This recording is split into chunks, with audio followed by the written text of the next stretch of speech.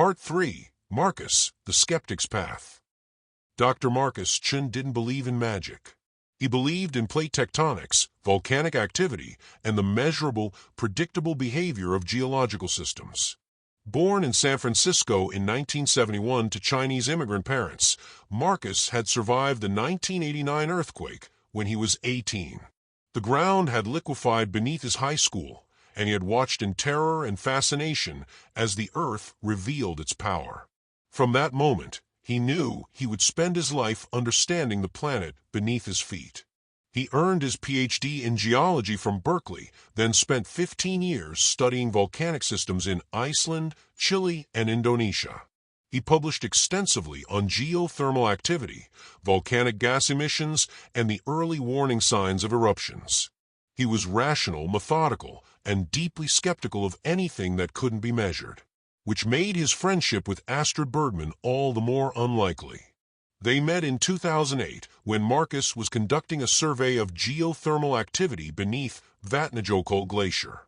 Astrid was doing research at a nearby archive in Hafn, investigating medieval references to earth fires in the region.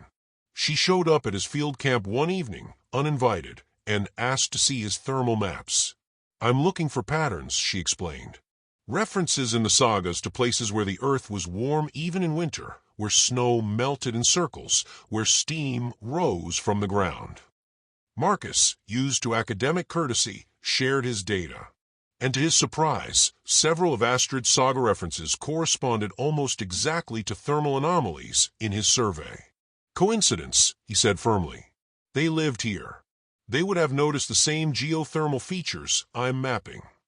"Of course," Astrid agreed. "But doesn't it fascinate you that they remembered these locations for centuries?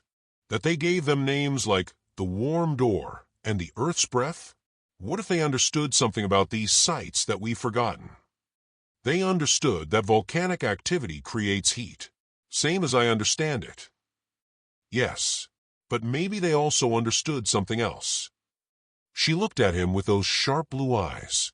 "You're a scientist, Dr. Chun. You know that the absence of evidence isn't evidence of absence. You know that we're constantly discovering phenomena that earlier scientists thought impossible."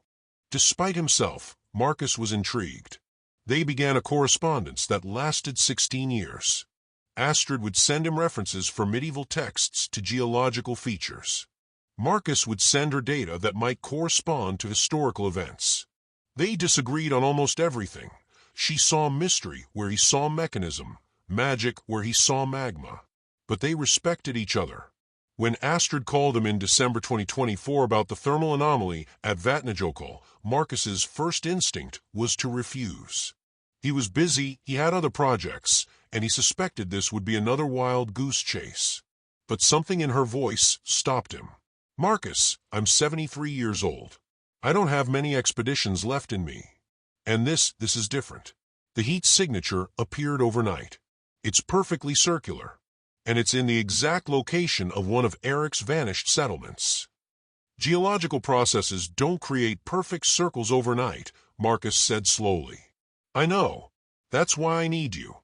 Because either I'm wrong, and there's a rational geological explanation that will humble me in my old age, or I'm right, and we're about to discover something that will change everything you think you know about what's possible." Marcus sighed. "When do we leave?" Thank you for listening to Part 3 of my story, The Frozen Compass. Please stay tuned for Part 4 that is coming soon.